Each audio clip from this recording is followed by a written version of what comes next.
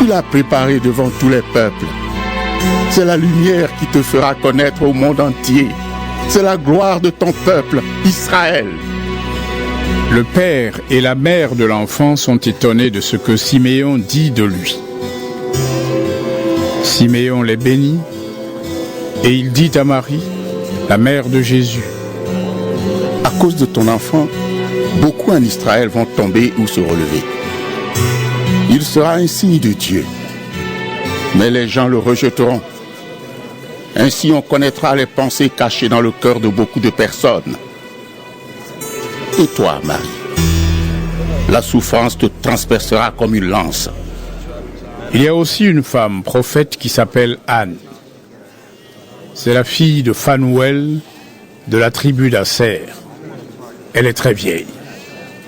Elle a vécu avec son mari pendant 7 ans. Puis elle est devenue veuve. Elle a 84 ans.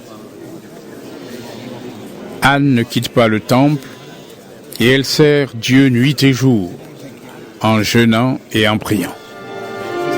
Elle est là en même temps que Siméon et se met à remercier Dieu. Elle parle de l'enfant à tous ceux qui attendent la libération de Jérusalem. Quand les parents de Jésus ont fait tout ce que la loi du Seigneur demande, ils retournent en Galilée, à Nazareth, leur ville. L'enfant grandit et se développe. Il est rempli de sagesse et le Dieu d'amour est avec lui. Chaque année, les parents de Jésus vont à Jérusalem pour la fête de la Pâque.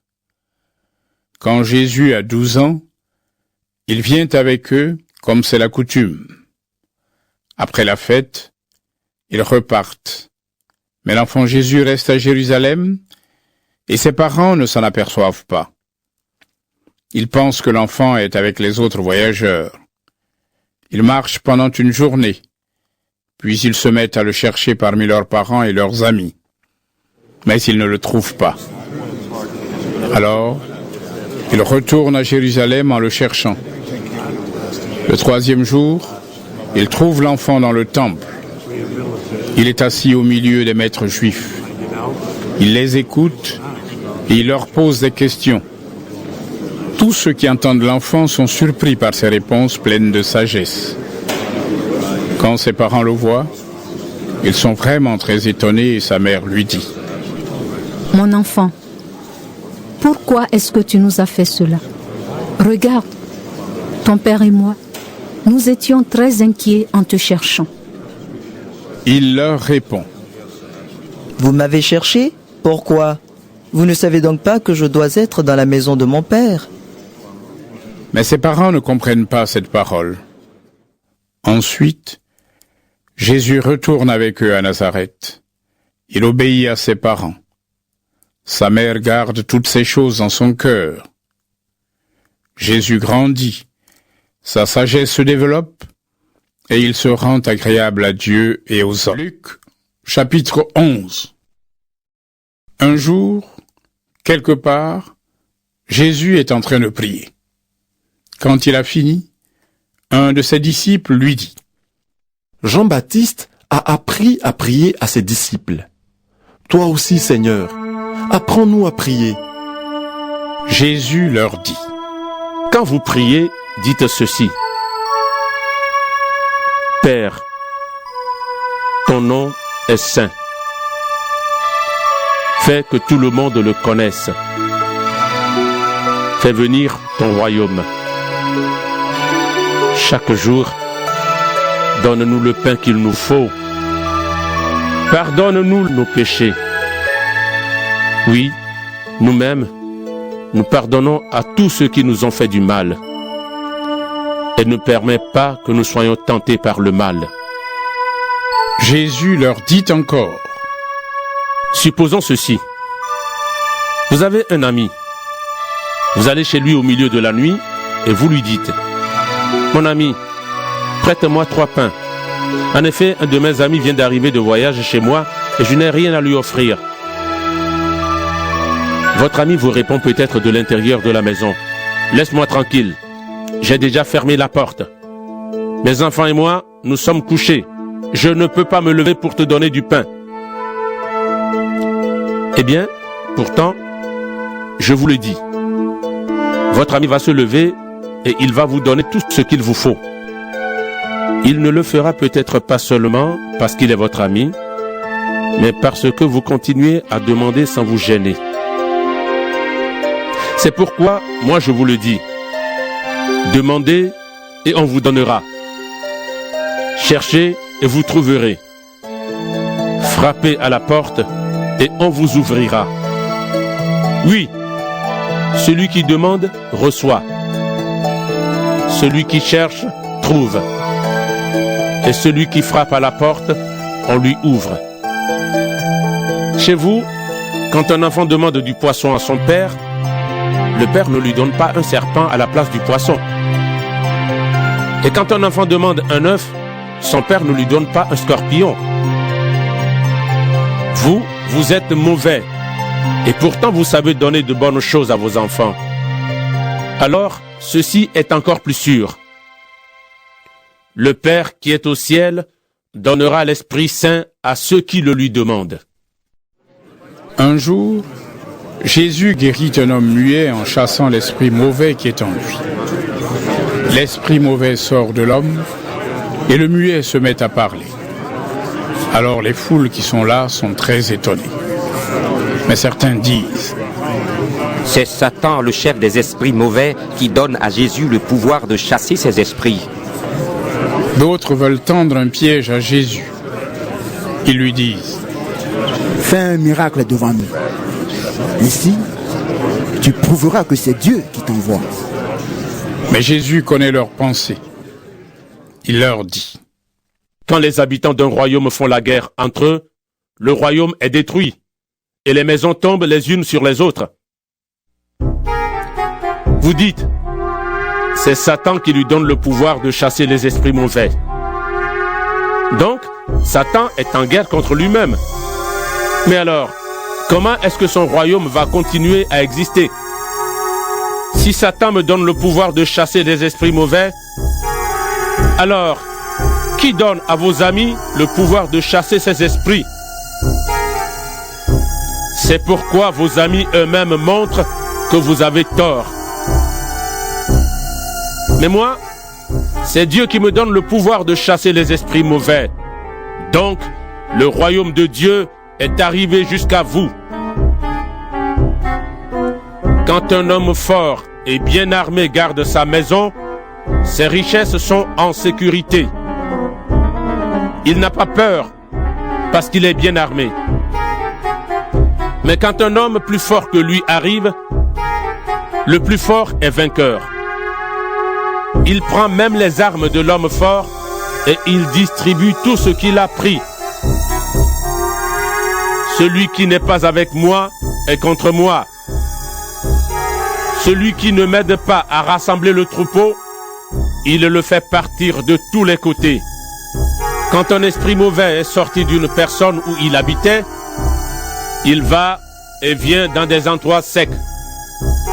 Il cherche un lieu pour se reposer, mais il n'en trouve pas. Alors il se dit, je vais retourner dans la maison que j'ai quittée. Il y retourne. Il voit que la maison est balayée et bien en ordre. Il va donc chercher 7 autres esprits encore plus mauvais que lui. Ils entrent et ils s'installent dans la maison. Après cela, la personne est dans un état encore plus grave qu'au début. Quand Jésus a dit cela, une femme dans la foule lui dit d'une voix forte: elle est heureuse, la femme qui t'a porté dans son ventre et qui t'a nourri de son lait. Et Jésus répond: dis plutôt, ils sont heureux ceux qui écoutent la parole de Dieu et qui lui obéissent. Des foules très nombreuses viennent autour de Jésus. Alors il se met à leur dire: les gens d'aujourd'hui sont mauvais. Ils demandent un miracle, mais les gens verront un seul miracle. Ce qui est arrivé au prophète Jonas. En effet, Jonas a été un signe pour les habitants de Ninive. De la même façon, le Fils de l'homme sera un signe pour les gens d'aujourd'hui. Les habitants de Ninive ont changé leur vie quand ils ont entendu Jonas.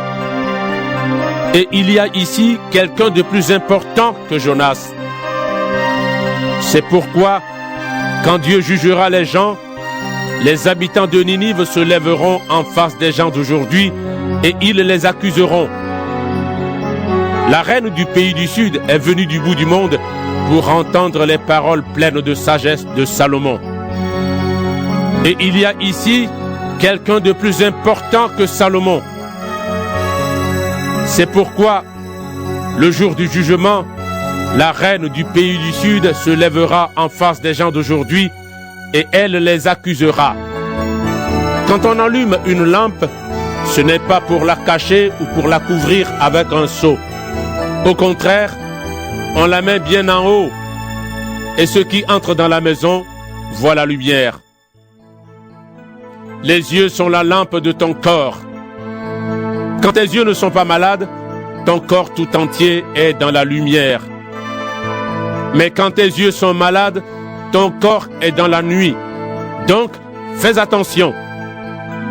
Ta lumière ne doit pas être sombre comme la nuit.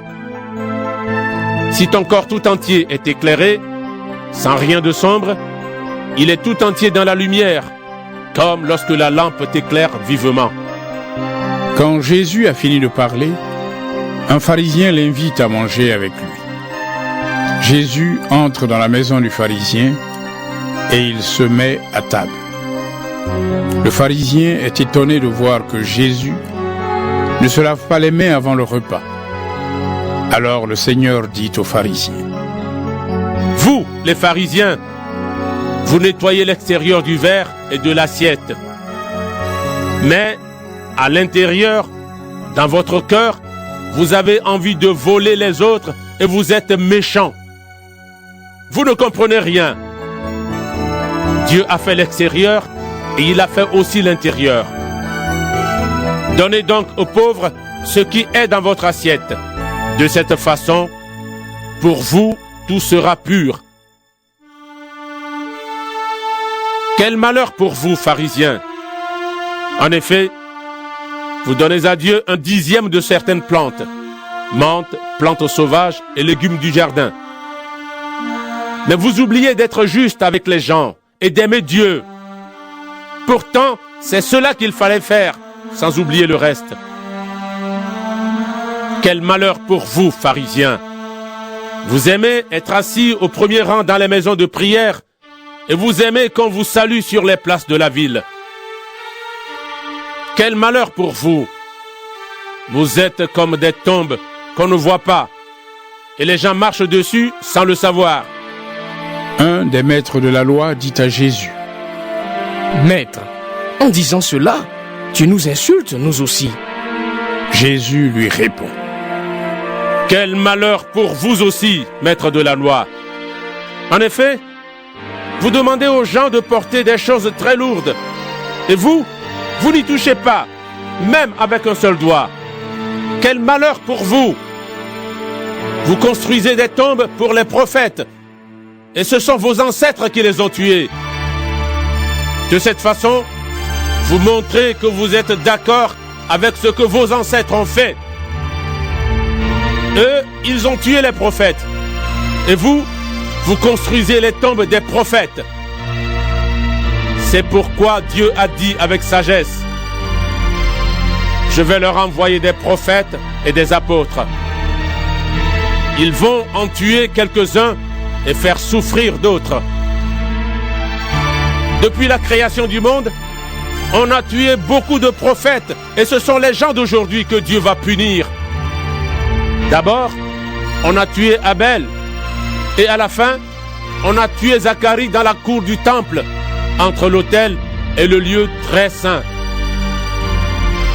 Oui, je vous le dis, Dieu va punir les gens d'aujourd'hui pour tout cela. Quel malheur pour vous, maître de la loi! Vous avez fermé la route qui conduit vers Dieu. Vous-même, vous n'avez pas pris cette route. Et ceux qui veulent la prendre, vous les empêchez de passer. Quand Jésus sort de la maison,